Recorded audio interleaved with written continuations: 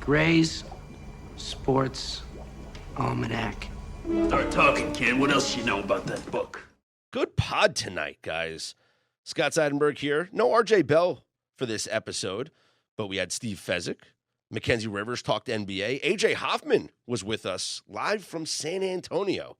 Got his NFL bets. Remember, we gave out ours last week, so we got an over and under from A.J. this week.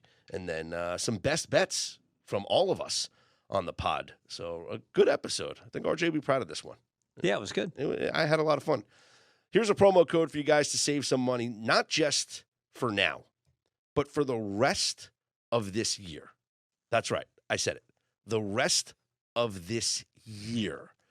We love the listeners of the DreamPod. We wouldn't do this podcast if it wasn't for you, the listeners. So as our way of giving a special thank you to you, the listeners of RJ Bell's Dream Preview, we're giving out a $100 coupon for the rest of 2024 All Access.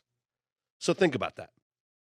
You get every single pick in every sport from your favorite pregame pro for the rest of the year. That's over 7 months, right? If I do my math correctly, it's over 7 months, and the price is the same as a 6-month All Access. Actually less, because we're giving you $100 off. So here's what you got to do. You go to pregame.com. You go to purchase the discounted rest of 2024 All Access from your favorite pregame pro. Use the promo code THANKS100. THANKS100. That's going to save you $100. Instead of paying $9.95, which is how much a 6-month All Access costs, and that $9.95 is going to be for over 7 months, so it's like you're getting a month and a half for free, you're going to pay $8.95 because you get $100 off of that. So why would you buy a 6-month All Access? Get the rest of 2024 All Access. You get every pick that's Major League Baseball through the World Series, NHL through the rest of the Stanley Cup Finals and the start of next season, NBA through the finals and the start of next season, college basketball through the end of the regular season, college football through the end of the year, college football through the end of the regular season, right? And bowl games. And then NFL preseason and regular season all the way to December 31st. This is an incredible deal. Right now, Steve Fezzik up 64 units in all sports, like from May 1st, 2023 to 12/31/2023. So in the same time span that you can purchase right now on pregame.com, last year Fez won you 64.35 units. And it's no secret that for whatever reason, I put so much effort in during the football season, everything going on.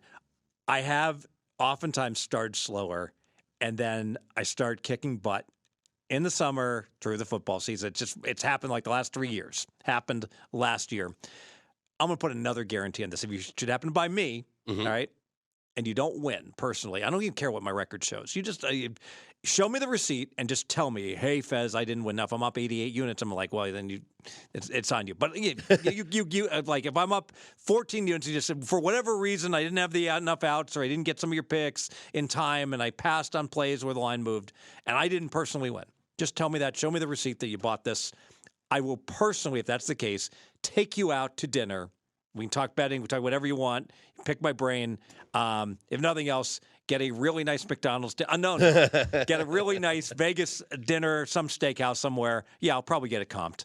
We'll make that happen. Well, there you go. I'm not anticipating having to buy anybody any dinners. I don't think so either, based on your track record and what you got going on right now. So, again, you get $100 off any Pregame Pros rest of 2024 All Access. Just go to pregame.com, select your pro, get the rest of 2024, every pick in every sport for the next 7+ months, and take $100 off using the promo code THANKS100. On to the DreamPod.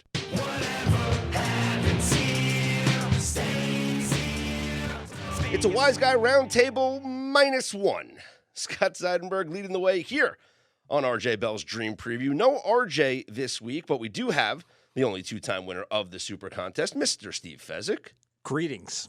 And joining us from San Antone, A.J. Hoffman.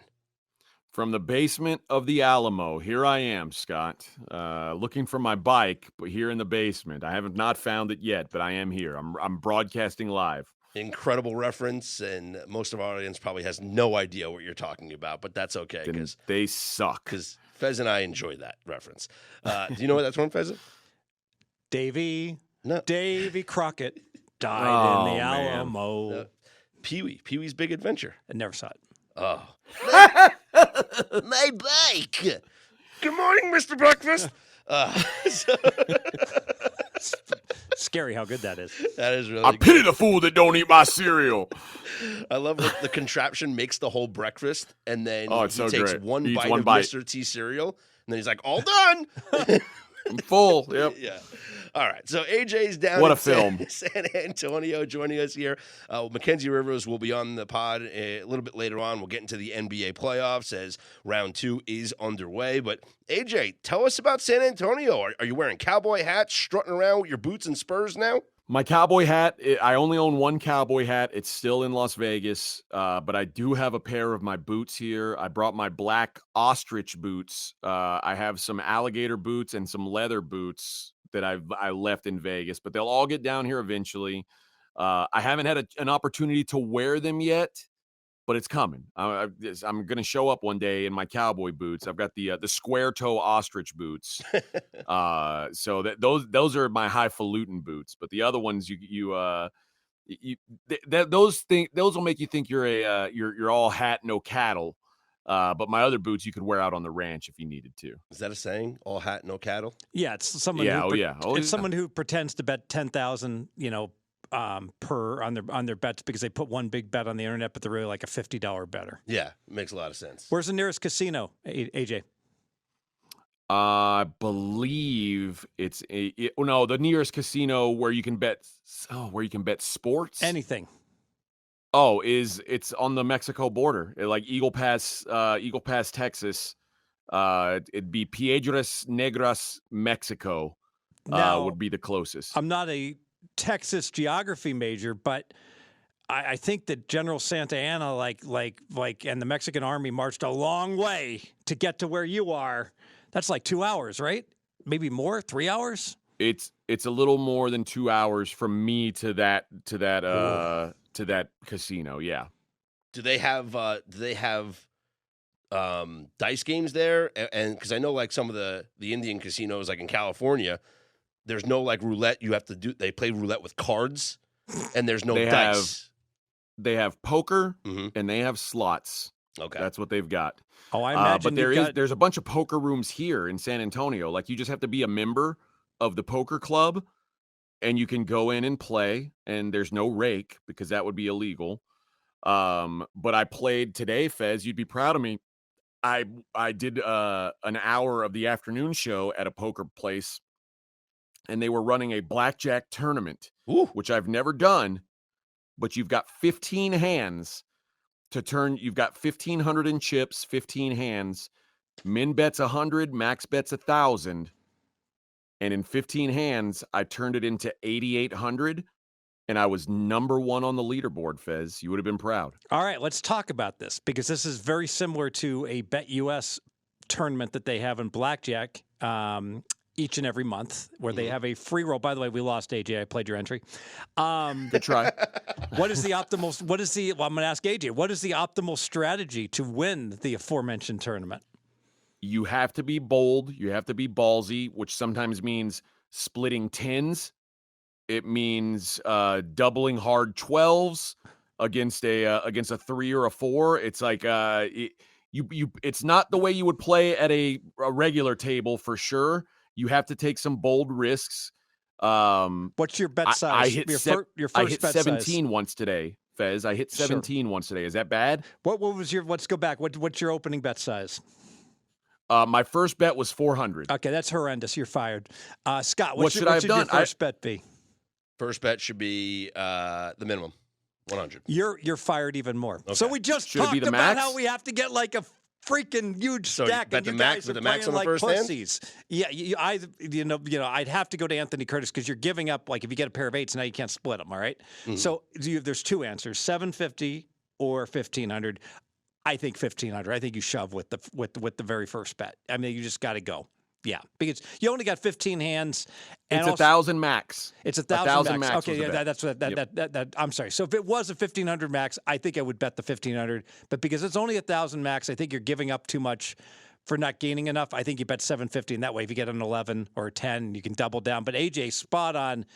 You get a pair of fives. You get a 10.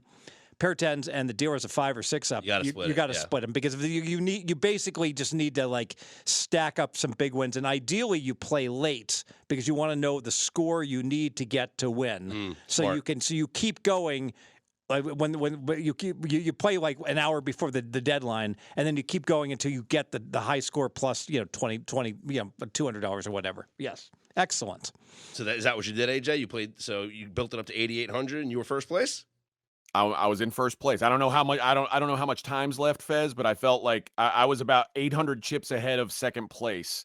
So I felt like that was a solid run. 1,500 into 8,800 in 15 hands. I felt okay about it. Very, very good. Just walk me through the 17 situation. What's your chip stack? And obviously, you've only got like 1 or 2 hands left. Talk to me. The 17 situation. I had 2 hands left. I had 17. The dealer showing a king. What's your chip count? It's like, it's over 7,500. It was strong. So I at that point I was betting 1,000 every hand at that point because I had it to bet. So you doubled. So no, I didn't double. I just hit the 17. All right. So sorry to bust your balls. Terrible. Because 6,500 is not going to be good enough. And then if you lose that hand, then 7,500 is not going to be good enough. My point is you need to win it to win. So why not double down? I mean, maybe I should have. I listen, Fez, this was the first time I've ever played a blackjack tournament. I was pleased with the result, and now you're making me feel terrible about it. I love the aggression idea. Frankly, I would have stood or I would have doubled. I don't think I would have hit. Yeah, but to be fair, James Caan would love to play because at Caesar's Palace in the Gambler in 1974, he went ahead and hit hard 18 and drew a 3. So, but I also got very lucky. He stayed on a 5. Mm-hmm. I also got very lucky because in my 15 hands, I hit 5 blackjacks, and blackjack pays 2 to 1. Yeah. In this tournament. Okay, wow. Yeah. So that's good. Yeah, that's awesome. Yeah, that was strong. Mm-hmm. Well, while you're playing blackjack, Victor Wembanyama wins Rookie of the Year unanimously. What are the people in San Antonio saying about him and the future of the Spurs? Are they going to attract a major free agent this offseason? It feels that way, and they've got a ton of draft capital because they traded DeJounte Murray.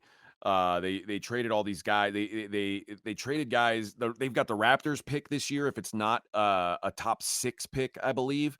But the truth is, I think Spurs fans are hoping that, and the draft lottery's on Sunday. I think Spurs fans are hoping that the Spurs get the highest possible pick in this year's draft that's theirs, and that the Raptors pick goes to next year because this is not a super high-end draft. So they don't want 2 picks in the top, 7. They'd much rather have the Raptors pick next year when it's unprotected. So they're hoping the Raptors get to keep their pick this year and the Spurs get theirs. I was saying the idea of pairing Donovan Clingan with Victor Wembanyama is so alluring because you've got 2 guys who are going to be elite rim protectors, and the matchups on the other end of the floor become very difficult because you're going to put someone who's 6'8" on Wembanyama and have him out covering the 3-point line. He'll get eaten alive. So that'd be my goal for this draft, but eventually, the plan is to bring in a free agent when they think they're ready to take that leap. And I think when they kind of took the reins off of Wemby late in the season, you started to see what he could really do. The Spurs, they weren't a 22-win caliber team. They should have won more games. But early in the season, they were holding back what Wembanyama could really do.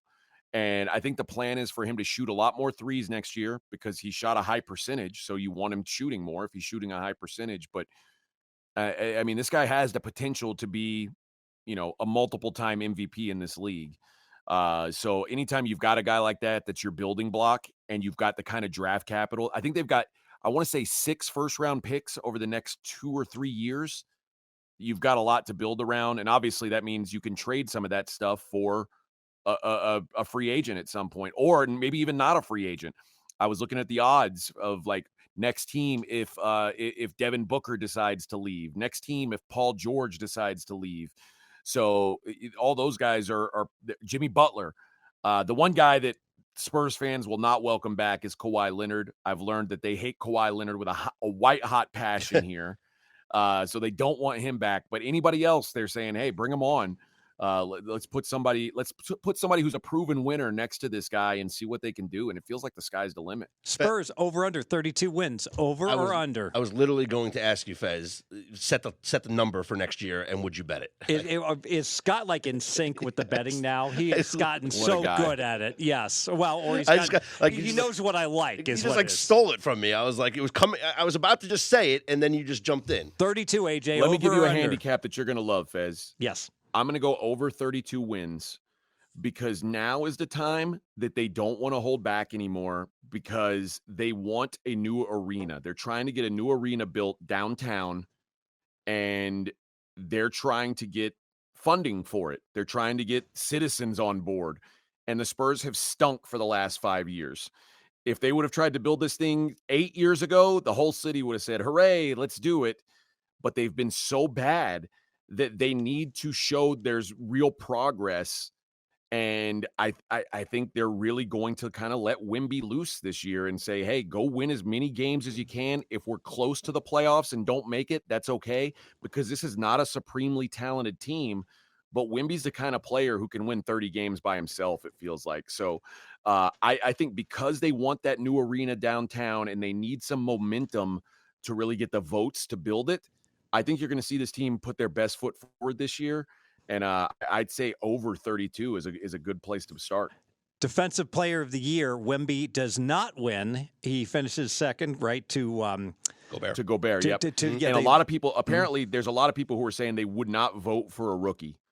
But yeah, so that is that the lesson learned here? That be very careful. I think that is the lesson learned, that a rookie's never going to win this because the Spurs went from like the 26th best defensive team when he was off the floor to the second best defensive team when he was on the floor. Like, he's a super impactful guy, but the team results just weren't there. And him being a rookie, them winning 22 games, I don't think he was going to get the stuff to do it. And Gobert is a proven commodity. He's playing for maybe the best defensive team in the league. He's the anchor of that team. It made sense, but I think if you ask me who's going to win it next year, I would bet money that it's going to be Wemby. I think that he's going to do exactly what he did this year on the defensive end, and he's the best defensive player in the league, I believe. All right. Well, we're going to do more NBA coming up a little bit later on with Mackenzie Rivers. We'll get into the NBA playoffs, but there you have it. A.J. Hoffman's take on the San Antonio Spurs and Victor Wembanyama. Last week on the DreamPod, AJ and Fez, we did our post-draft analysis, looking at teams and the value added. We looked at various sources. Kevin Cole had some good stuff on his Substack about positional values. RJ was all about the positional values last week. And when he asked us, like, what was our biggest takeaway from the draft, meaning like the biggest piece that was drafted, or we can certainly talk about Penix going too early, but I said Xavier Worthy being drafted by the Kansas City Chiefs. And the reason why I said that, and I'll clarify my statements again, is he set the combine record for the speed, right? Fastest guy at the combine. And the Chiefs lacked, ever since losing Tyreek Hill, and I know the counter argument, Fez, is they won 2 Super Bowls without him. But without Tyreek Hill, they lacked that deep threat, that over-the-top presence that can change the way a defense plays against you, right? Whether it's the too high or whether it's cover 3, whatever they want to do against Patrick Mahomes, it changed when they lost Tyreek Hill. And so I felt that not only having Xavier Worthy, but with Hollywood Brown now on the team, they can become much more of a vertical attacking offense, which opens up things in the middle of the field. You mentioned, I think last week, Fez, was the Rashee Rice, the emergence of him last season. Well, he's in the news again for another legal issue. It's not the same story. It's not the same story, right, AJ? No, It is another legal issue. There was an assault in Dallas, an alleged assault. I have to say alleged assault that injured a man in a Dallas nightclub. I think at some point, Roger Goodell's going to step in, and there will be a suspension for Rashee Rice for whether it's I don't know if it's conduct detrimental, but it's violation of the personal conduct policy. That's what it's going to be. Yep. Violation of the personal conduct policy. And I know sometimes they say, oh, well, wait until they wait until the legal system plays out, and then Goodell comes down with the ruling.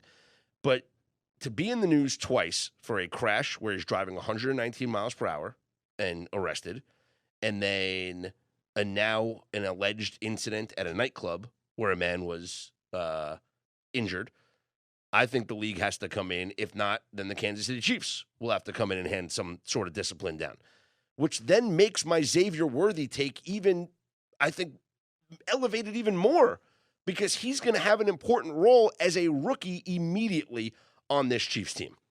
I agree. No, I agree with that. Yeah, this is a guy who is going to be an instant impact guy because they don't have many options. And I do believe the Chiefs, if there's not like a suspension from up high, I don't know that the Chiefs, from a PR standpoint, can really just say, no big deal. Remember, they have the head coach's son who literally is in prison or went to prison because of a driving incident.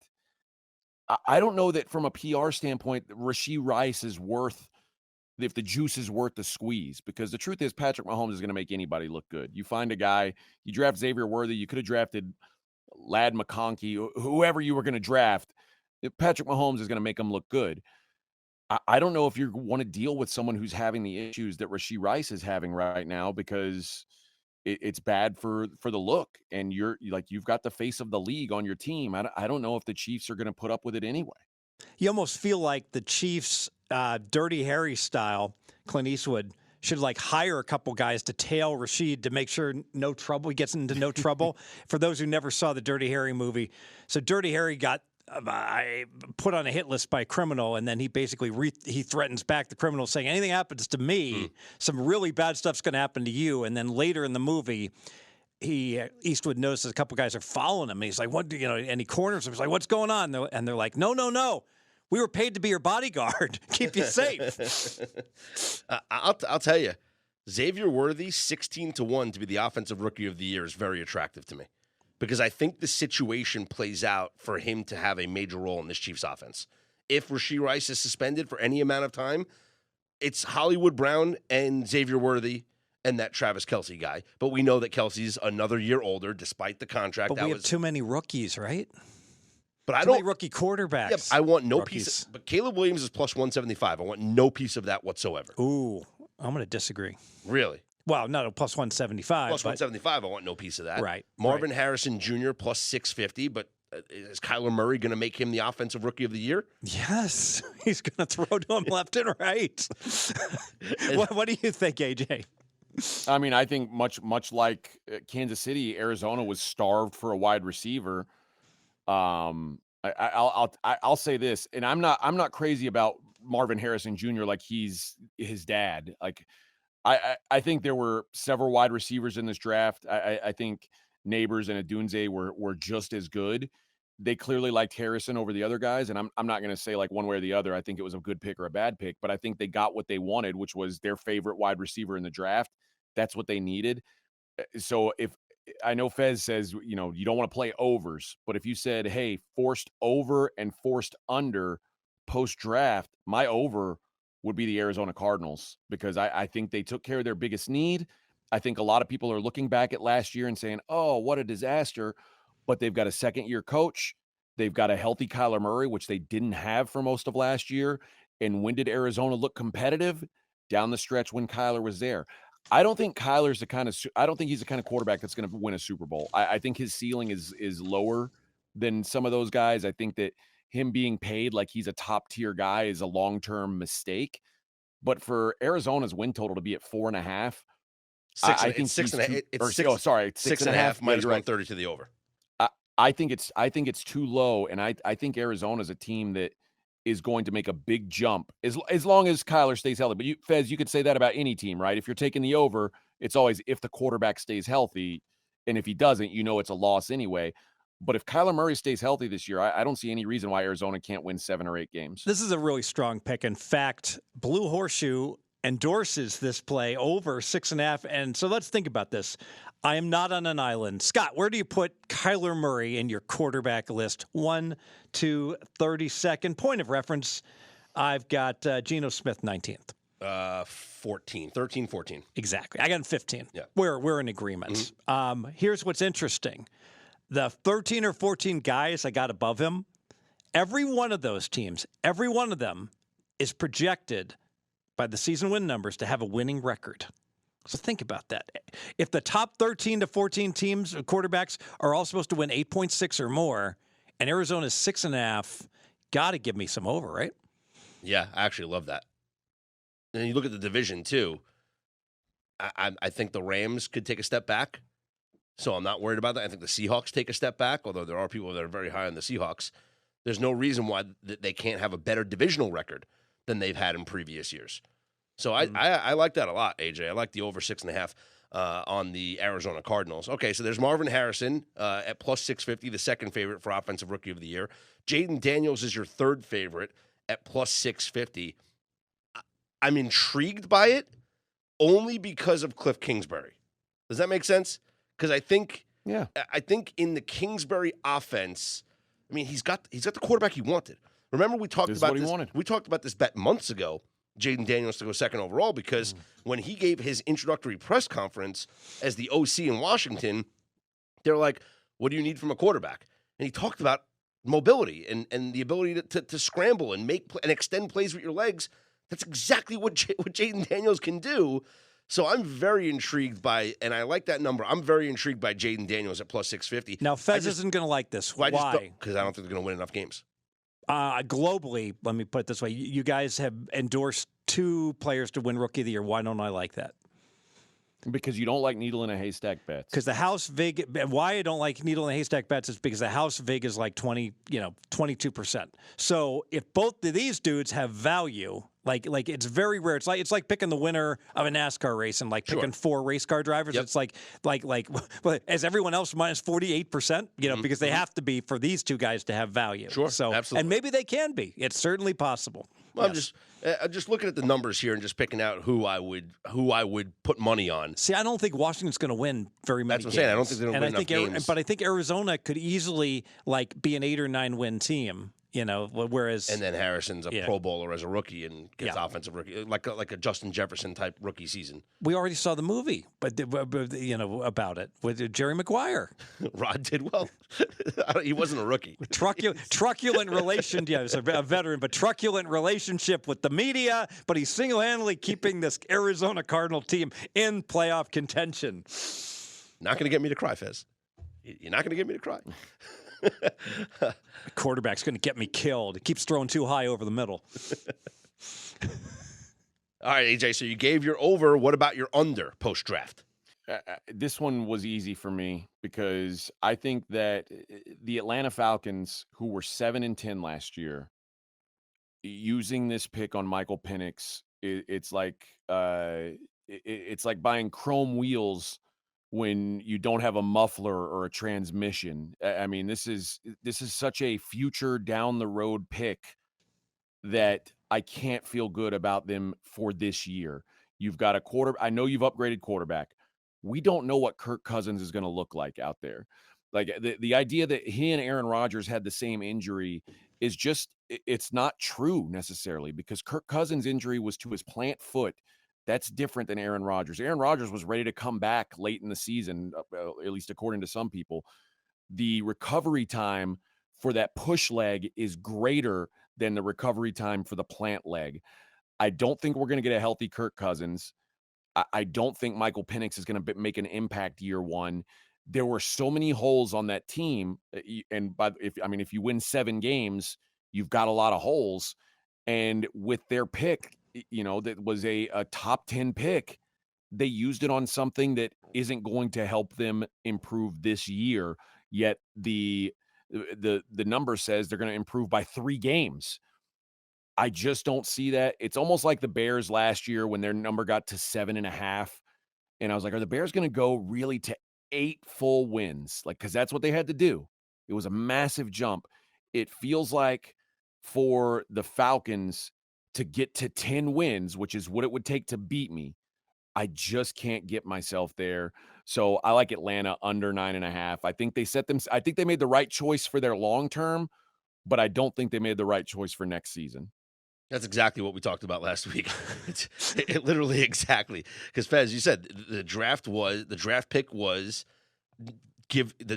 made no impact on this coming season. And the only way I knew Fez would love this pick because that's the way Fez always says, I'm a goldfish. I only see the upcoming season. I don't think about the long-term impacts. I want to know because we can't bet the win total for 2026 right now. AJ, exactly. check our friends and at the Falcons. BetUS had a 10.5 on Atlanta. So check that. If they still have under 10.5, lay minus 145, bet a zillion on that, okay?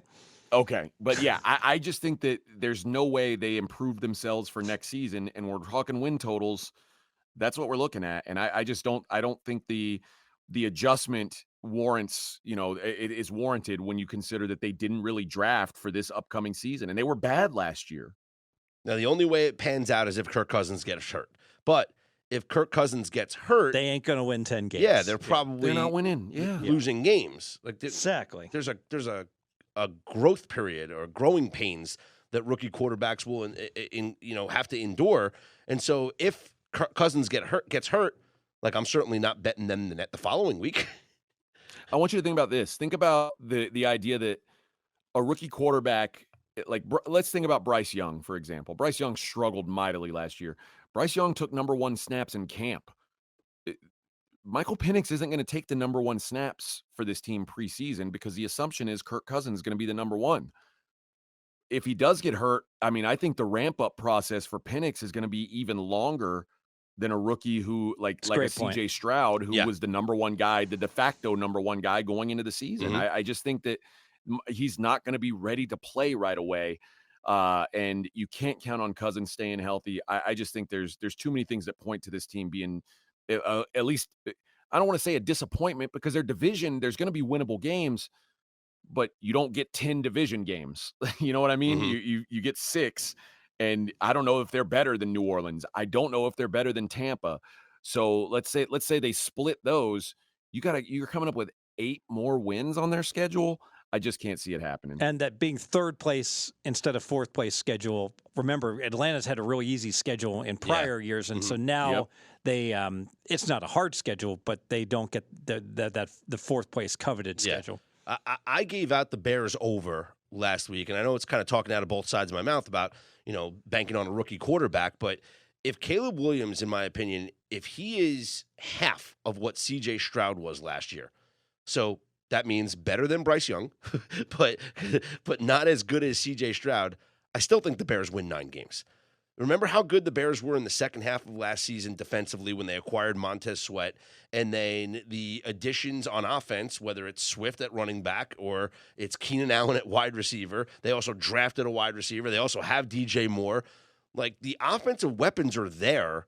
They got good tight ends, too. Yeah, Cole Kmet, exactly. For Caleb Williams to have a phenomenal rookie season, which is why he's plus 175 to be the rookie of the year. But I'd rather take a shot at them winning over 8.5 games, even at the juiced price right now, because I think that's the way the season's going to play out for the Bears, more so than Caleb winning the rookie of the year. Because I think, no one's going to bank on. You don't want a quarterback to get hurt, but injuries can happen. I still think this Bears team is talented enough to fall into 8 wins. 8.5 to 9 is the current number. On or off a number and season wins, half a game is worth about 45 cents. Bet accordingly. So over 8.5 minus 145 would be the same as over 9 minus 100. And that's what it is right now up on DraftKings, over 8.5 minus 145. Some would refer to that over 9 as even money. That would be those people are squares. Now those people are cool, but I always tell people, like, I get in an argument, I'm like, don't be too cool for school. Don't say even money or flat, because you know what? There's a bunch of people in the industry that don't necessarily know what you mean, and a sharp third grader understands minus 100 or plus 100. That's 100. That's even money. All right, AJ, I know you got to get to sleep because you got to get ready for a spot on SOVAM tomorrow morning, as well as your very own long day show tomorrow in San Antonio. So the schedule comes out next week. That's a big deal for the NFL, and we'll get your thoughts on the schedule release when you're on the DreamPod next time. Sounds good. So the schedule coming out next week, Fez, like how much of a betting opportunity is there on the day the schedule is released? So they say Wednesday at 8 p.m. Eastern time is going to be that show that I guess they'll put on. So the schedule, but you know what's going to happen is throughout the day, all the reporters are going to be leaking stuff on social media. So when do the game of the year lines come out? When do the first spreads come out once the schedule gets released? Typically, from memory, week 1 numbers pop up the same day. So that's where the opportunity is to whack the week 1 numbers. And then I know they'll pop up on like DraftKings and stuff, but here in town they'll pop up. We'll see pretty quickly. We will see. Okay. All right. And I think from memory, I think so, because everyone wants to be first to market or say they got up right after the schedule. So that would be awesome. Although I'm a little concerned because the Sao Paulo game, Philly is that's already up. It's already it's up at DraftKings, but it's not up in Vegas. All right. So I can't bet Philly Packers in Vegas. So that's disconcerting. The fact, if they haven't put that up, are they suddenly going to pop up the whole week 1? Well, we'll have to see. Yeah, and I know Circa's being much more conservative about a lot of numbers. Anyone who's betting the UFL, it's a real problem because no one wants to be first to market. So what happens is that today's Wednesday. So like this morning or Tuesday night, BetOnline and DraftKings were the only 2 books that had numbers up yet. Wow. And whoever's in charge of the UFL should be fired. Sorry, Rock. Because they need to make friends with they got sponsors that are sports books. Say, look, dudes, how about putting our lines up on our games? And if you want to put $300 limits, whatever, we got to have point spreads to talk about. That's what interests people. I think South Point's usually quick with the NFL openers. They might be wrong with a couple of lines, but they usually put them up quickly. You know what? Maybe I'm remembering. They're great with college football. They do that with college, yes. I don't think so much as the NFL. And the best example I can give is that there were years and years where they said guessing lines with Chrissy Andrews, and so each week they would not put up their NFL lines until Monday, until after he appeared at 8 a.m. And then Chrissy Andrews would explain in copious detail why he liked or disliked many teams and his analysis and the like. And then he would copy the number that Jay Cornegay and the Westgate or Jeff Benson and Circa had hung. Okay, so that was really helpful. Maybe I'm just thinking of college football because they don't. 3 Hall of Fame bookmakers. They're early on that. Very helpful. So schedule release will come out, and then I'm sure we'll get some. Cause some people were saying I saw the most asinine take on social media. I don't want to call the person out because I actually like them, but they said that the schedule releases. I don't know why people make a big deal out of it, and I was like, "Are you kidding me?" Like that's where betting opportunities come in. First off, you got to hit the openers. Second off, when you see the schedule come out, you find out about rest advantages. I actually largely agree with that was me. That was me that you're disagreeing with that. So but basically what I said was that when it comes to season wins, everyone's like, well, what's really important is the order that you play the teams and the schedule. Bullshit. What's more important is who you play. All right. If you get to play Carolina instead of having to play San Francisco, I know they're in different divisions. Yes, like that is going to trump having to play in the world's. I'd much rather play Carolina in the world's worst situation. I can be in Antarctica the week before, and I want to play Carolina versus in a good spot and have to play a contending team. Having said that, this stuff is significant, and you nailed it. It's the games of the year. It's when those lines go up and you can spot the really bad spot for a team and bet against them, like week 8. That's where it's awesome. Yeah, there's situations that always come up once you see the schedule, whether it's a team off of a short week, like I said, the rest advantage, or cumulative rest week. Yeah, week after week, it stacks. Or one of my favorite situations is cold weather teams going down to warm weather spots. Fire and ice. I love both ways. Exactly. I love the early in the year games in Miami or Jacksonville where the humidity and heat is just too much. Especially Miami where they make you sit in the sun and they're in the shade. And then I also love the vacation spots, which is where you have a cold weather team in December that has to travel to Miami to play Patriots a game. go down to Miami and They always suffer down there. and they're the most buttoned-up team of all time. Yep. Exactly. And Packers, Right. go down to Miami in December, and those are always great opportunities. So when the schedule comes out, that's the first thing I'm going to look at is the weather situations and the rest situations for all these teams. Two other factors: international teams, international games. You don't want to be home in Germany. You don't want to be home in Bulgaria or the Ukraine or wherever they're going to play this year. So the bottom line is you don't mind playing a road game in Europe because, you don't want to do all that travel, but at least you don't have one fewer hostile crowd situations that you experience. Yeah, well, we know half the teams that are going to be playing in London. We know about the Brazil game, Packers, Eagles. But there's a London game where the Vikings will be playing. We just don't know against who. Mm-hmm. Then another London game, two more London games. Another Bears game, in both of them at Tottenham Hotspur Stadium. We don't know who the Bears are playing. The Jaguars, who do it every year, will play a game. And that's irrelevant because they do get a home field. They'll play a game at Wembley Stadium against an unnamed opponent. And the Panthers will be the Germany game this year in Munich. When you say so, those would be the home teams. Yes. So those teams get screwed. Yes. Vikings, Bears, Jaguars, Panthers. We just don't know who their opponents will be. Very, very good. So all those teams, absent the Jaguars, that's bad for them. Because the London Jaguars. Yes. And one more, Week 18 contenders. You want to play juggernauts Week 18. If you're the Jets, you want to play Buffalo Week 18 because it might not be the Bills. It might be the spare Bills because they may have everything wrapped up. If you're Seattle, you want to play San Francisco Week 18. Yes. You get the idea. So it's no lock. It's no guarantee. But in general, if those teams truly are great this year, then there's a fairly good chance then you won't have to face their starters that last week, especially if it's a Week 18 game in your home, because teams are more likely to mail in a road game. Well, that'll be the bulk of the conversation for the DreamPod next week. We'll do an entire schedule release breakdown and pick out some of these situational spots and then see if any books here in town do open up some of the lines, the game of the year lines, but I do expect the online books like the DraftKings of the world to have at least week 1 already up as soon as the schedule gets released. They're usually really quick with that. Yes, and invariably there's always mistakes that get made, and then it becomes a question of, and this is something else I disagree with a lot of the pros, that people will say, well, you don't want to take out a number. You want everyone, wait to let the number settle and then get down a whole lot more money. I'll use an example, the Sao Paulo game, all right? So Philly, Green Bay, the total opened at 51. There's no waiting. I know 51's stupid. I know McKenzie's going to bet under 51 as soon as he gets to the Hoover Dam. So I got to bet it before he gets there. Because if I don't take it out, he will. 48.5 now. Yeah, not as good. Let's shift gears to the NBA playoffs. Mackenzie Rivers is with us here on the DreamPod. And, Mac, the Knicks a 130-120 win in Game 2 of their series against the Pacers as they take a 2-0 series lead. I completely whiffed on this game because I thought first half under was the way to go, thinking I need to see the Knicks dictate the pace of this game. Yeah. Because as you and I talked about earlier this week on SOV, the Pacers outpaced the Knicks. Pacers paced.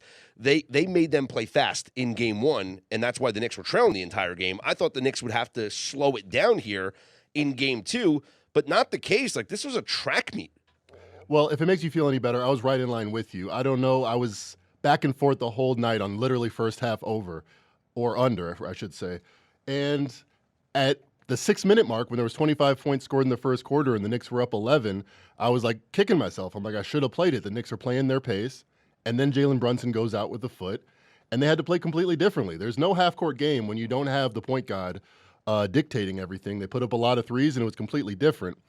However, Jalen Brunson was there for the fourth quarter, and yet again, 60 points plus scored in the fourth. So, yeah, there's a little conflicting data there, but I agree with you generally. I'm looking at the under in Game 3. I think the Knicks do want to play slower, and had Jalen Brunson been there the whole time, I think it would have been a little slower. But, hey, 251 points scored. That's a lot. Pacers -5 for Game 3. Is that a correct market adjustment?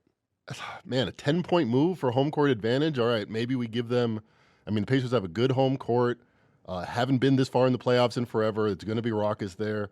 But that seems like a massive adjustment. I thought it would be 3. It's only Knicks or pass for me. Fez, does this seem like the zigzag with the Knicks taking the first 2 games and the home team down 0-2 here? Yeah, so the Knicks closed -4.5 tonight, all right? And if you figure you're going through the 0, so normally we switch up 6 points for home court or sometimes 7, but clearly you have to go 7 because you're going through the 0. So we make Indiana -2.5 minimum. And then 2 points for the zigzag, and we get to 4.5. So it looks a little bit high to be above -4.5. And looking at my screen here, at least Bet Online moved it to 4.5 after opening up at 5.5. So they're listening to the pod. They got They're listening to us recording. I gotta say, like I don't understand. Like I hear all the time, Vegas knows, these odds makers know, and I've been there. It's like late at night. It's Cheech and Chong surfing porn, putting up a number that they're going to take one bet on for like a dime limit on Bet Online. Yeah. It's like no big deal. It's just throw something up, throw up 3, throw up 7, get something up there. Someone will bet and they'll let us know fast enough if they put up a bad number, because I can tell you they're literally. I don't know if I'm more shocked by how bad those openers can be, or how long that it actually takes more than 30 seconds for the line to move. Because like here, all of us are like, oh, that's too high. It doesn't. I could see Indy like -4, 4.5, but 5.5. I'm curious. I mean, I don't see 5's a key number in the NBA as well. Yeah, I don't see any halftime lines up just yet because the game, obviously, we're recording this when the game just ended, Knicks and Pacers. But I would, if I had to guess, I'd say Pacers 3.5 in 4. the first half. -4. 4. Half a point less than the game line. Yeah, that's you my agree with guess. that, Mackenzie? Because Yeah, of we the saw zigzag. We saw with Phoenix, Minnesota. Now that line got bet up to Phoenix -6 somehow, which looks ridiculous now. But the first half was 3.5 when the game was 4. So at least 3.5, 4 if the game stays in. Yeah, so I usually think like it doesn't work obviously if the line's 1, but in this range, you make it just a little less than the game line. Mm-hmm. Did the Pacers have a chance to come back in this series? I thought game 1 was the Pacers' game to win. Everything went right. The Knicks turned it over a bunch of times. The Pacers were hitting their threes, and they still gave up the lead in the fourth quarter. In this game, I think if Brunson doesn't go out for 20 minutes in the middle of the game, this could easily be a blowout. Brunson was plus 26 in this game. I think this is this might be an opportunity, because I don't think the Pacers played well enough to be competitive in in the second game, and the first game I thought was kind of fortuitous. So I know New York is a big home court advantage, but I think they're just a far superior team. What's distressing if you're a Pacer fan is that Obi Toppin goes for 20, and Halliburton, who's been banged up, has a big game and goes for 30, and you're not even competitive. You get blasted. That is not good. Yeah, they can't rebound. They can't play defense. They're ahead of schedule. I mean, Rick Carlisle came there, completely revamped the program, made it an offensive type team. They were #1 offense. A lot of good things they can hang their hat on the end of the season, but the end of their season's coming up pretty quick. Let's go to the game 2s that we're going to see here on Thursday night, and both game 1s were absolute blowouts. The #1 seed in the East, Celtics, destroyed the Cavs. #1 seed in the West, Thunder, destroyed the Mavericks. I was not surprised about the Celtics one because, as I've mentioned many times on every podcast that I'm recording, the Celtics are not losing to anybody 4 out of 7 games. They lost 4 home games the entire season. They might not lose another home game this entire playoffs. So I'm not surprised when they win by 25. They've been the best team all year long. I was, however, surprised that the Thunder dominated the Mavericks in the way that they did. And maybe I disrespected the Thunder, but I did not see them winning that big in that game. I loved the Mavericks plus the points in game 1.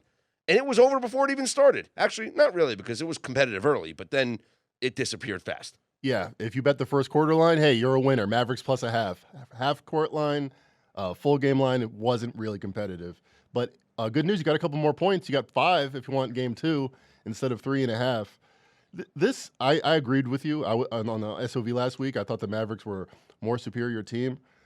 I think this is kind of emblematic of what's going on in the NBA right now. Like, the new guys aren't just as good as the old guys. The new guys are just better. Maybe SGA, Anthony Edwards are going to be competing for best player in the West next week. Well, the new guys stay healthy, and the old guys get hurt. So Luka, look, I'm Luka. my knee's on the second floor and some big brace. I mean, it's just like they're unable to play at that high level. And I got to ask you, Mackenzie, this is the makings of being one of the worst NBA playoffs ever. I mean, none of the games are close. it's a foregone conclusion. Boston plays the winner right now. Oklahoma City, Minnesota. Like, so we're going to get 2 good series. Yeah. And everything else is like exhibition. Agree? I don't know. I mean, I love the NBA playoffs. It's interesting. Like the ratings in the NBA has gone down as they've gone down across networks, but they're just about to sign a deal that way surpasses the NFL in terms of how much more they're getting this deal versus the last deal. They're getting like 70% of what the NFL gets. And if you look at the 100 most watched shows, 100 NFL games or 99 NFL games in a college football game. So it's not the traditional eyeballs. It's like, you know, the conversation, the buzz, the Anthony Edwards commercials, the social media following. It's like it has to be tracked in a different way because these games are not being watched like they used to. But there's still a lot of characters. I've always said this from the jump when social media started to boom. No sports league embraced social media like the NBA. Yeah. More so than any other league. I mean, there was a time where Major League Baseball was sending cease and desist letters to people that were reposting videos. Right. Don't watch our sport, please. But yet the NBA had every player on Twitter interacting with their fans, talking about the sport, showing dunk highlights. It got to a point where they created a cryptocurrency around NBA highlight videos. By the way, I don't think anybody's talking about Top Shot anymore. Yeah, what happened to Top Shot? Someone has a $200,000 like Anthony Edwards dunk. He's like, hey, he's good now. This is a rookie card. It's gonna be good. Someday it'll be worth money. And did you see the Tom Brady roast? No. Nikki Glaser made a joke about Tom Brady losing all his money in crypto. And she's like, how could you fall for that? Even Gronk knew. Me know that, not real money. And it was like the funniest joke of the night. That's how I feel about NBA Top Shot. But I don't get the whole roast thing because it's like there's. You've never seen like an old Friars Club roast from back in the day? Sure, but the point is that like if you want to roast like an all-American like perfect guy, but like someone who has flaws and has personal issues and like I would that's all they did was attack. I would like leave me the F alone, you know. And it's like and other people get like ripped like Kraft and you know and Belichick, and it's like that doesn't seem like a good time to me. Maybe I don't like roasting. I'm anti-roast. I enjoy it because the person that's doing it signed up for it, right? And so they obviously know what's coming. They obviously are okay with what's coming. I know that there's boundaries that are set, and I've listened to interviews and podcasts since Sunday night's broadcast where some of the comedians talked about some of the things that they decided were going to be off limits and some of the things that they said, hey, like the whole Giselle thing is like, it's on the table. Like, it's public. If Giselle's on the table, what's off limits? Kids. Okay, all right. Don't talk about the kids. All right. Did they talk about him getting drunk on the boat? No. That you know, none of that. I just hope that he was. They talked about him losing money in crypto. They talked about Giselle a lot. Yep. I just hope that he was not actually. Antonio Brown? Someone did mention that. Yes. I hope he was never like actually steering the ship because I believe that's that's the DUI at sea. I mean that clearly. Is that I think it's a BWI, boating while intoxicated. Thank you. Yeah, I've actually heard more than one story about that recently. Really, I've never. That comes up. Yeah, I've never. I don't know. I'm not a big boater. But let's get back to the NBA playoffs. What's this spot about? And let's roast some of these teams in the NBA playoffs. Here's what I wanted to ask. It's over. It's Boston against Minnesota, Oklahoma City. You take a couple weeks off. Whose star is blowing up more in this postseason? Jalen Brunson or Anthony Edwards? To me, it's Anthony Edwards. One, because he's 22, and two, because when a number one pick in the draft goes on this trajectory, you could start to think like Kobe Bryant. You start to think like as good as any player in the league. He could be the face of the league. Jalen Brunson, I don't want to say it's a hot streak. I mean, it's amazing. But when you're a 33rd pick, it's just like, show me more. I'm not convinced yet. Are you the greatest Nick ever? Feels like the Bulls was a Rice that went crazy. Who was the Bulls? Derrick Rose? Derrick Rose. Derrick Rose was one of the great talents ever. He just never stayed healthy. Yeah. Jalen Brunson doesn't have that kind of athleticism. He just makes every fadeaway jump shot that he takes. But if this is the start of like a 3-year run, I think he could be part of. I think what's more interesting, or the trajectory is more promising, is the Knicks. Because Jalen Brunson, I mean, he did this with the Mavericks. He got them to the conference final. He's a phenomenal talent, but he's not going to be able to do it by himself. I don't think he's that kind of talent. But if he brings in Devin Booker or Paul George, they could be the team to beat in the East. I think because they have so much cap space, they have all their picks. I think the Knicks' trajectory, I might just be saying that to make you happy, but is as promising as any team right now. No, I agree with that. And you and I have talked about this on SOV, but when Amari Stoudemire came to the Knicks, it made them an attractive destination. They don't get Carmelo Anthony without having Amari Stoudemire. The Knicks, without Jalen Brunson, would be nowhere in the conversation to land a Devin Booker or Paul George or any marquee free agent for that matter. You know when the Knicks were relevant? When the movie Wall Street was out, and they're talking about Charlie Sheen's buddy. It's the 80s, and he's like, "Don't work tonight. I promise you, Knicks and likely chicks with it. Come with me to the game." Is that Bernard King era, Patrick Ewing era? Good time. I apparently so. Yes. Yeah. Well, the Knicks, I thought you were going to say the movie Eddie when Whoopi Goldberg was the head coach. Yvonne They made the playoffs. Yvonne McBasket.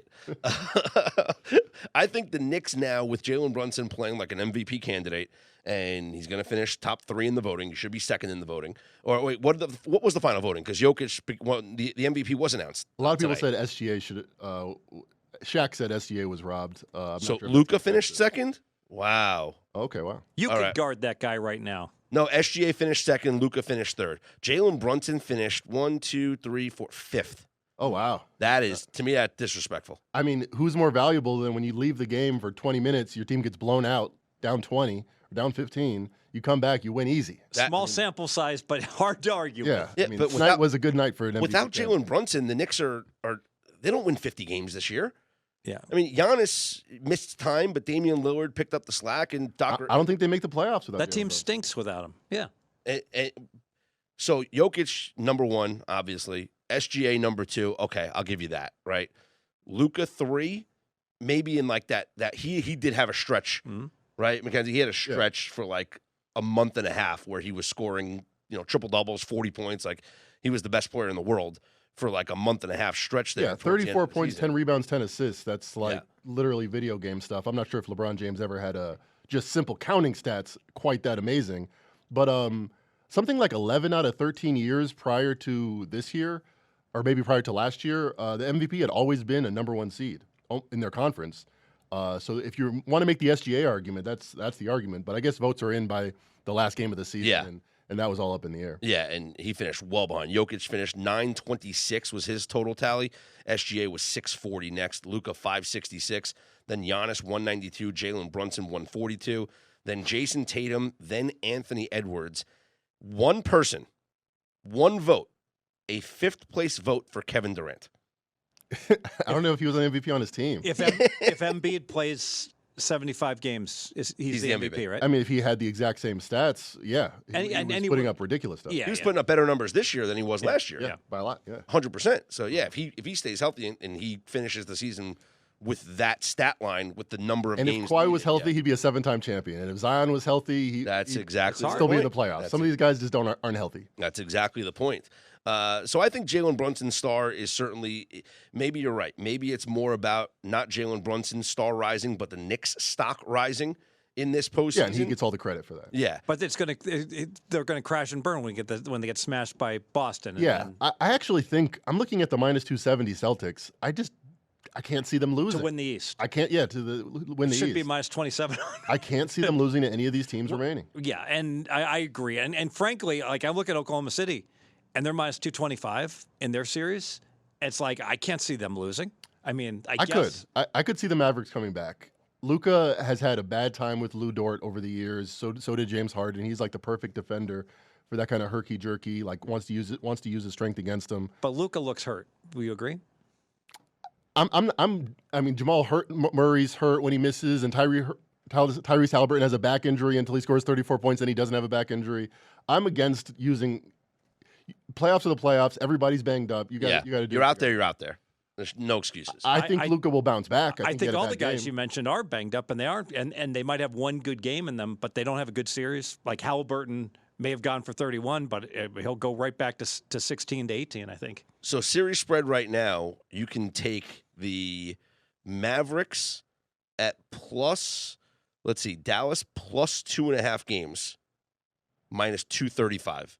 Dallas plus 1.5 games is minus 120. I'd have to think about it. You know, those are so. It's so foreign to me. They markets didn't used to be what they were on those. That Yeah. I'm not used to pricing the plus 2.5. Well, the series price is OKC minus 230, Dallas plus 180. Yeah. I look at it like Dallas would be. It would take like a Herculean, tremendous effort to get to a Game 7, and if it goes Game 7, that's what the money line's going to be. And Dallas has to like win 3 of the next 5. Good luck, buddy. Good luck with that. I mean, they're only down 1-0. Why do we think it's over? I mean, they're power rated just as good as the Thunder, and they lost one game. They got blown out pretty good. But, I mean, we've seen this in the NBA playoffs for years. Teams get blown out, come back and win the game. If I had to bet it, I'd bet plus 180 before I bet minus 230. Because Would you take the 5.5 for Thursday night for Game 2? It's 5.5 now? I was looking at 5. Yeah, I'm thinking about it. It's definitely on my radar. See, and maybe I'm just overreacting. Like when I saw Luka, I was like, that guy is donezo. He's not going to get any better. He's gone under his points prop in 6 out of 7 games he's playoff. And he missed 4 free throws. That is what's the most compelling to me. You don't miss free throws if you're healthy. Like I mean, like you should be able to shoot free throws left-handed and make them if you're Luka Doncic and make 80% of them. Fez, let me ask you the adjustment on the price for the Celtics. They're 13.5-point favorites right now. That makes sense, right? It's an interesting question. So they were 12.5 in Game 1, and now it's gone up by a point, even despite the zigzag. But the idea is that, well, they were so dominant Game 1, they win by a zillion, that, yeah, it makes sense that was an inadequate number, and we got to bump it up. It is interesting how you can play an entire season, come up with a power rating, and then play one game. Need to adjust it by a point. Well, Mackenzie, you and I talked about this when we compared like the regular season lines when these two teams played each other, and we thought that it should have been 13.5 in Game 1. The fact that it was 12.5, like, didn't make sense because if you looked at both of the teams like in the postseason, it's like one team's coming off a tough series, one team's coming off a cruising series, and yet the line is like a little bit less than it was like in a regular season game. Hall of Fame bookmakers opened at 11. I think Jimmy. Well, that's criminal. I think Jimmy Butler not being there kind of made it seem like, of course the Celtics are going to blow out every game. But hey, they're still professionals. They're still an NBA team. They won by 20 points a game, and we kind of just like wrote it off as what they should do. I think maybe there was too much on the Porzingis not playing. Oh yeah, People thought that would make that would have a bigger impact. I don't think it has any impact. Well, his backup looks like a professional badminton player to me. Especially with a big spread because it makes the Celtics play smaller and play faster and get more threes up. So they're more likely to cover a big spread. They're actually 16-8-2 ATS without Porzingis this year, 22-4 straight up. Oh, wow. On Friday, Minnesota and Denver will play Game 3. The defending champs are in a world of trouble. They are plus 154 for Game 3, plus 4.5 points. Think about. I got to interrupt. All right. I mean, I know we love DraftKings, but I can't stand DraftKings with this spread. What's the minus? Minus 4.5, minus 185. What? So minus 185 plus 154. Mm-hmm. Ski mask. I got to get into the bookmaking business. So think about it. It's like it's just crazy. Like at a betting exchange, it's going to be like minus 172 plus 170. And you think like, oh, it's debate if it's plus 154 or minus 185 is a good bet. It's like they're both terrible. It's just like I can't get over. When did the bookmaker be able to deal a 33-cent straddle or whatever that is, or 31-cent straddle? When the majority of their clients are college kids to age 35 that don't care about that kind of stuff. It's true. There's no sensitivity. Like I was listening to like VSiN, and they're quoting like all these baseball lines. Oh, minus 140, plus 120, and it's like baseball's had a dime line forever. Mm-hmm. If you can't play into a dime line in baseball, and you got to lay a 20-cent differential, it's like guess what? 90% of the time, 96% of the time, both bets are lousy on the day of the game. Yeah, but the people that are living in New Jersey don't care about that. They just bet the games. They don't. And this whole bet responsibly. How about this? Bet responsibly. Don't bet into a minus 185 plus 154 straddle. Sorry. As much as I want to say that the defending champs are going to show some fight, and plus 4.5 seems like a number that I would take, I have no interest in backing Denver in this series. Like no interest at all. I think Denver is done. You know what I think about? Mackenzie, tell me if you think about this. Yep. Remember last year, they win the championship, okay? And they're like, hey, Jokic, like, you excited for the parade? And he goes, when is parade? And they're like, oh, it's going to be in 2 days. And he goes, oh, no, I got to go home. Like, he wanted to, like, go back to, Serbia, right? Or Serbia. Like, he wanted to leave. Like, they just won the NBA title, and he's, like, tired, and he's like, all right, like, my job's done. Like, now it's over. They're down 2-0 now, and they won the title last year. I don't want to call them fat and happy because they still had a great season this year, but I just don't see the same fight in this Nuggets team through 2 games against a better opponent than I saw last year. I have no interest in backing Denver. No, I like the Wolves here. I think they're the better team, and I think the Nuggets, for the first time in this playoff run, are going to have to play differently than they want to. They kept playing very slow-paced games, but now against this half-court defense, which people are calling, and I said on the SOV, the 2004 Pistons, Bill Simmons said they might be the greatest defense, or along with the greatest defenses we've ever seen in the NBA. That's 2004 Pistons, 89 Pistons, 91 Bulls. Teams like that, I mean, just man for man, they're there. So if you want to play half court like that, you're going to lose, I think. Anthony Edwards is going to get enough good buckets. Karl Anthony Towns is going to get enough good buckets. So do they go the other way? And you mentioned it, no one wanted to go home more than Nikola Jokic and kind of relax and play with his horses. Aaron Gordon said in the September when they all came back, I don't think Nikola Jokic touched a basketball all summer. He might not be the best conditioned athlete in the world. He's not Ray Allen running sprints every day. He's not Jerry Rice running up the hill. I'm not sure they can play very fast. They can play fast enough to get around this half-court defense. So I do think they're going to switch up how they're playing. They're going to try to play faster, and I don't think it's going to work. I think the Wolves cover here, 4.5. Do we have an announcement on Rudy Gobert? Is he going to play Game 3? If he doesn't play Game 3, he takes 2 games off because his daughter was born. People were killing him for taking 1 game off. I know he's French, but come on. Priorities are priorities. Hey, he was the guy that caused the whole COVID disaster, if you recall. Yeah, no, he's not the most popular guy. He still has not lived that down.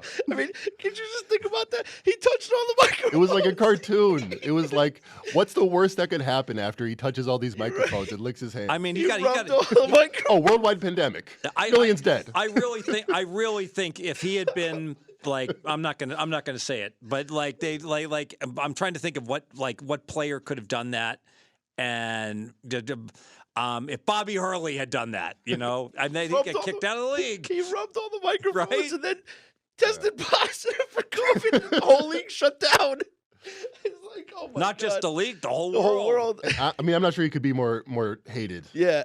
By the way, I want to ask maybe you if guys. he was Bobby Hurley. I want to ask you guys this. So one of the trends. What do we have a total on the 4.5 point Indies lane? Yeah, it's the total for the game is 204.5, which I think is kind of low. For Denver, for Minnesota. Indy. Oh, for Indy? Yes.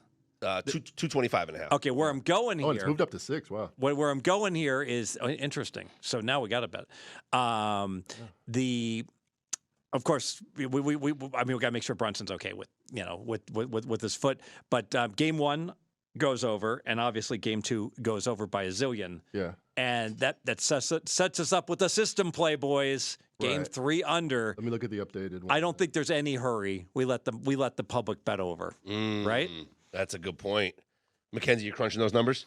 Yes. So this is like in Game 7 territory as far as how strong this trend is. Series Game 3, previous game was over, previous game was over. So 1-2 goes over. You switch venues, 38% overs. That means 62% unders. Wow. 130 games in the sample. We'd love to see a 226.5? I think one full point. I think it's going to go up 2 points. Who's going to bet under? Right. after Especially what we because just saw anyone who bet under Yeah. when Brunson got hurt. And it's a Friday night game.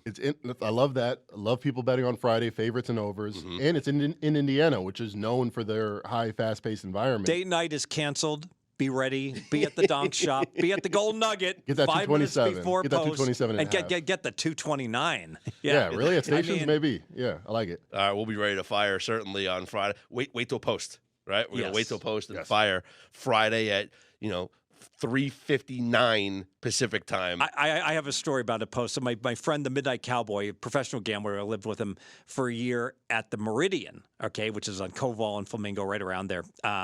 It's right. It's right across the street from Tuscany, okay, where the Tuscany Casino Meet is. me at the Tuscany. Ciao, Bello. But it's local ad. He talked about a game, Rice, Texas. He loved Rice. It was his game of the year. He's like, he wasn't a guy who sold his picks. He was a big bettor. And he told me, like, can't wait. And so I like, great start to their Saturday. Rice almost won outright. And he's like, what? I said, yeah, Rice, 31-26. And he's like, The game's already over? Thought it was a night game. Strong. Yeah. Good handicap. You can't mess that one It's up. all about execution. Fez, I understand you have a WNBA betting angle. Yes. So I placed this myself. So there was a $250 limit at the Westgate on my app, but I knew they'd give me more if I showed up in person. All right. So I drove down there. The Westgate has WNBA season win numbers. And what's fascinating about the league, it tells you basically if you've been busy and you didn't have time to do any handicap, they've done your handicap for you, Scott. So the Aces won the championship this year. They're supposed to win like 32.5 games, okay? The New York Liberty are the best team in the East. They're supposed to win like 29.5 games. Connecticut's the third best team in the league, 24.5. Every other team sucks. There's no other team that's close to being good enough to be able to win. But there's a few teams that are right around 500, one of them being Caitlin Clark's Indiana Fever. Last year, Caitlin Clark, without her, the Fever went 13-27, outscored by slightly over 4 points per game. They did have the number one pick the year before as well. So, they're stacking number ones. What would you set their over-under? It is going to be a 40-win season. Wait, you said the 40 wins is what they put them at? No, it's a 40. No, it's a 40 game play season. 40 game Yeah, season. it's a 40 game season. I misspoke. Yeah, and they won 13 games last year. Yes. And now they have Caitlin Clark. Yes. And more than half, I think it was like 38 or 36 of their games are on national television. Yes. Right, so everyone's So- up for the games. So everyone's going to be up for their games. They're going to be amped up a little bit. I would say 19.5. Yeah, so I played. That's what it is. A gold star. I'm a WNBA handicapper now. So I played under 20.5. I thought it should be like 18.5, and exactly Mackenzie's handicap, where you know what? I'm making $58,000 a year as a WNBA player, and here comes this Prada gal making $8 million nil. Each and every month, They are D'ing her up as hard as they can. I go back to that movie Revenge of the Nerds when John Goodman, the coach, talks to his players, and he's like, "You guys just got your butts kicked by a bunch of nerds. If it was me, I'd do something about it."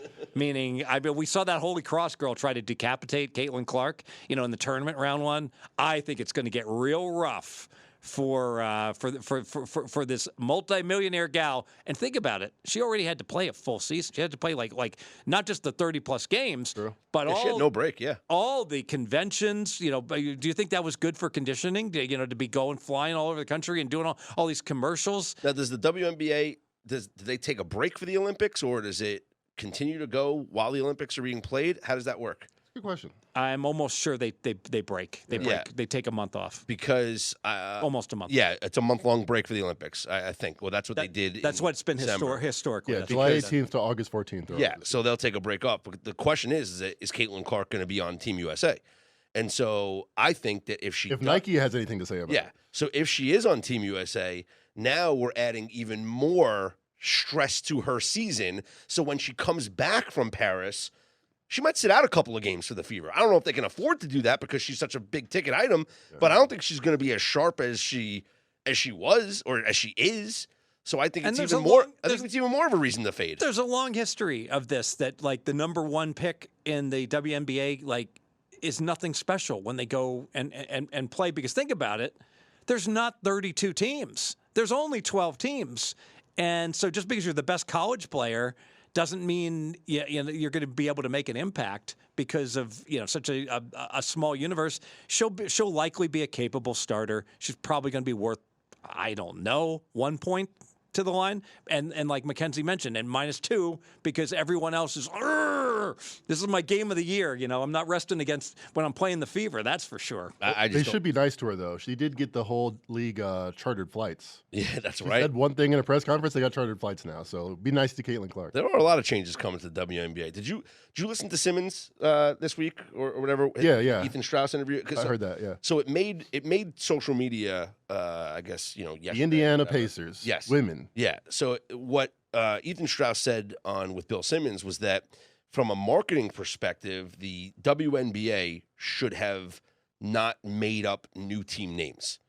They should have just been a part of the NBA club. Like the NBA owns the WNBA, and each team is for the most part, associated with the Yeah. NBA franchise. Most of them having the same owners.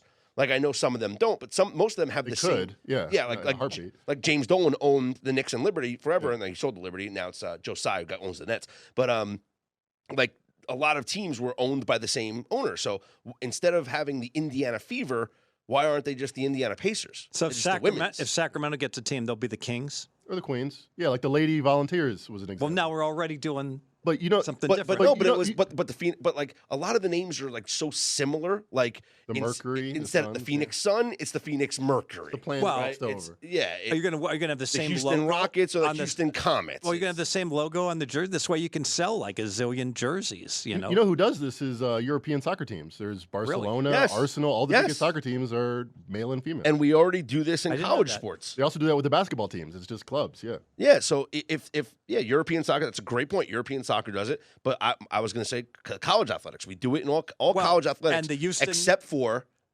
for there's one school that doesn't. Who's that? Louisiana Tech. Why? The men's team is the Bulldogs.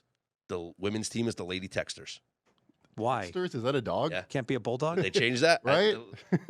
By the way, the Houston the college football team has jerseys that look just like the throwback Oilers jerseys. So they're incorporating that idea. Just keep it Houston. Yeah, the of the lady best jerseys of all time. Texters instead of they're not the Lady Bulldogs. Is that like the some Lady sort of Texters. derogatory, like women text all the time and then always looking at their phone? No, because Louisiana Tech, they're the Lady Texters. No, they're Okay. texting. Like They're text- texting all their friends. I mean, the first season was 1974, so it's way before the invention of the text message.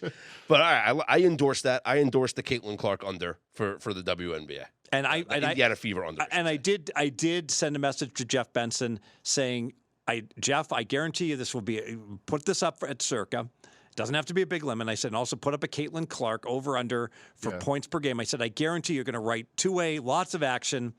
And it's going to go under. And he gets right back to me. He says, Steve, I forwarded it to our trading team. Nice. So In are other they words, still I'm in- busy. Leave me alone. You could also make some money on yes minus 310 to make the Fever or no plus 220 To make the playoffs. to make the playoffs, for the Fever to make the playoffs. Everyone makes the playoffs. There's 8 playoff teams. Don't bet that. Okay. All right. Good to know. There's a lot of play. I don't know if it's 8. I think it is. 8 So or 12. all right, this one I think we already have a betting angle. is 8. I think we already have a betting angle. Thursday, May 16th is the first game of the regular season for the Indiana Fever. They are home against the New York Liberty. The Liberty, who will already have one game under their belt after playing on Tuesday, May 14th. They get a day off. Right now, Liberty are 5.5-point favorites at Indiana. Is Donahue going to ref though? I mean, I don't. The league has very much of a incentive to make sure the Fever don't crap out early, right? Makes sense. Yeah. Maybe money line. Maybe they'll make it close. That's a good point. Maybe you bet Indiana early in the season, Or first half. or Indiana in the nationally televised first game, and then you fade them the rest Well, of the way. I think the McKenzie nailed it. The road venues, like when they have to play, at Seattle, they're going to get their doors blown off. Yeah. All right. So is that a best bet from you for the pod? It is. So you can grade me at the 19.5, even though I hate to give out under 19.5 when I played under 20.5, but it's not exactly the most liquid of all markets. So, You get 20.5 minus 105 at FanDuel right now. oh, but yeah, that Very is public book. People are betting the over. that Take is advantage. indeed a best bet. Thank you. Mackenzie, you have a best bet to leave the folks with? Yeah, I'm gonna lay it with the Timberwolves. Call me square if you want, but I think this series is moving in one direction. Like the band? Harry Styles, bet of the century. Is that Harry Styles? All right. I'm going to give a best bet as well, and I'm going to go to the NHL. That's right, where they play hockey. And I'm going to go Dallas Stars Game 2 coming up here tomorrow night. They're minus 130. They lost Game 1 at home in just crushing fashion, blowing a 3-0 lead to the Colorado Avalanche. And I know they're coming off the Game 7 against the Knights, which is why I didn't like them in Game 1. I loved Colorado in Game 1 because of the Stars coming off the Game 7. But home team with home ice advantage, dropped Game 1 at home. They will not blow another 3-0 lead because they saw it happen. Now they know it can happen, and now they will take extra steps to make sure it doesn't happen. So I like Dallas to rebound and even up the series at a game apiece. Dallas minus 130, game 2 on the ice tomorrow night. Fez, I thought this was a good pod. Question for you, hockey. Both game 7s, I think there are only 2 of them went way, way under. Golden Knights, Dallas, and Boston, Toronto. Shocker, Toronto loses again. Boo! All the Canadian fans. And it really is unfair. They never win and they have the best fans in the world, and they never win in these. And it's kind of funny. And the 2 Canadian teams left are playing each other, so one of them is going to get eliminated. One of them's got to advance. Then, game 7, Optimist. just blindly play every game 7 under. Absolutely, blindly play every game 7 under for sure. It's just they play tight. No one wants to make the mistake, and then also I think there are live betting advantages in this postseason when you see a game that heads to the third period tied at 1-1 or 2-2, okay? That third period, there ain't going to be any goals.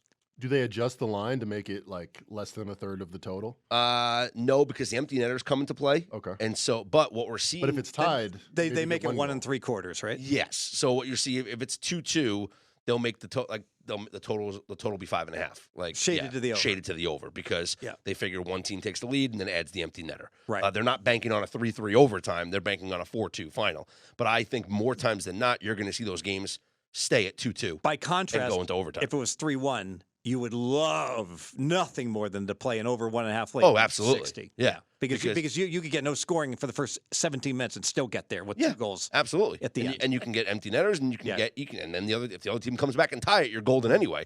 So you love that. You love that situation. What I did see is we talk about the NBA playoffs not being competitive. The first round of the Stanley Cup playoffs had, I think it was every game was decided by, or was whatever percentage it was, over 70% of the games were all 1-goal games or 2-goal games where it was an empty netter that led to the 2-goal win. This has been the most competitive first round of the Stanley Cup playoffs that we've seen in years. Exact opposite in the NBA. That's what I'm saying. Whoever's up 10.5 wins by 30. Yeah. Yeah, So- more of the same, Mutts. Yes. Other than the Knicks game, but that's because Brunson got hurt. Yeah, which is why I do like the Stars to even up the series at minus 130, and I do think that yes, you'll have situations where 2-2 game at the end of 2. I think it's 2-2 going into overtime. Like no one's making a mistake. No one. It's going to be a lot. It's a lot of neutral zone play. It's a lot of dumping. It's a lot of being cautious with the puck. Unless you're the Rangers and you're sloppy with the puck and you turn it over and lead to goals, but then You just win in overtime. you just win in overtime. Exactly. By the way, there's a lot of controversy surrounding that, but I will credit Rod Brindamore the head coach of the Carolina Hurricanes. Didn't say anything about the officials after the game. That is, to me, class act right there. I know that. And you're sitting on the Rangers futures ticket. Yes. Yeah. But to me, and as a Ranger fan, as a Ranger investor, like I loved the penalty call. And my take, and this is what I said on SOB yesterday, we as fans love to complain, oh, the refs need to use their judgment. How could you make that call at this moment of the game, right? Yeah. I largely agree with that. Or in the playoffs, how could you make this call? But I disagree because how many times are we saying it on the other side where it's like, you know what? If it's a foul in the first quarter, it should be a foul in the fourth It's like quarter. whatever you wanted to happen, that's Exactly. one of the two arguments you made. If it's a penalty in the regular season, it should be a penalty in the playoffs. If it's a foul in the first quarter, it should be a foul in the fourth quarter. No, that's stupid. Clearly, You want them to call the game as straight as they can. No. Don't make up the rules as you go. No, the rules are clear cut. The fouls have to be more significant to be called at the end of a game. Just like when you're a batter, when you play baseball, when you're a batter and that pitch comes in and it's 1 inch low and they call a strike on the first pitch, it's no big deal. But when they ring you up on a 2-2 pitch in the same spot, that's criminal. You can't call strike 3 unless you are sure. If the robot showed it was a strike, then it was a strike. But you know what I'm saying. Unless as a ref, as an ump, you have a fiduciary responsibility to that batter that you cannot ring him up on a borderline pitch that you don't know understand, if it's a ball or but strike. also sometimes I get frustrated. Sometimes I get frustrated about the 3-0 automatic strike, where it's like They don't even look at the ball. they don't even look at it. It's like, oh, it's close enough. It's a strike. What do you mean? Like, no, it's a ball 4. The guy walked. Here's where I disagree. If that was the with first pitch of the at bat, he walks. like the Miles Turner play that got so much controversy. if that guy's doing it every single time down court, then maybe in the second quarter you call him on it because it's close and you're like, stop doing Yeah, it. in other words, you're calling 1/6 of the foul. Exactly. You can't just keep like slightly mugging a guy. You got to. Yeah, but it's not a foul. It's not a foul with 10 seconds to exactly. go. Yeah. Same thing if a guy slightly travels, like seven straight Eventually you're times, like, stop it. I'll call one of them. And so like, hey, Well, come I on. also think reputation comes into it too.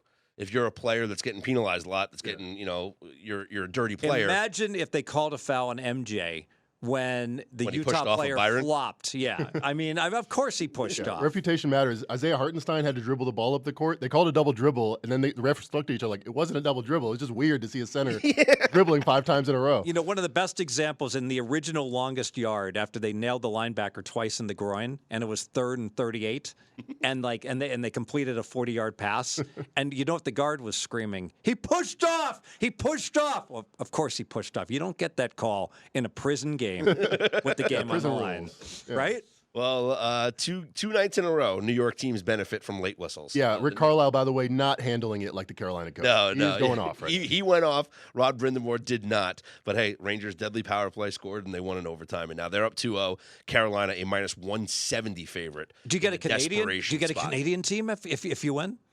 Do I get a Canadian team? Yeah, if the I win? Rangers. I don't know who's in what conference. No. You're the No, finals. too The bad. the winner of the Rangers Hurricanes will play the winner of the Panthers Bruins series. Oh dear. In the West, it's Edmonton, Vancouver, and Colorado, Dallas.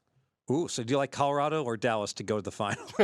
Well, I said Dallas from the get-go. Remember, I said the winner of the Dallas-Vegas series goes to the Cup. So I'm riding Dallas, and with them losing Game 1 after blowing a 3-0 lead, that's my best bet. Riding them in Game 2, minus 130. All right, enough with the hockey. Baseball, I want one team.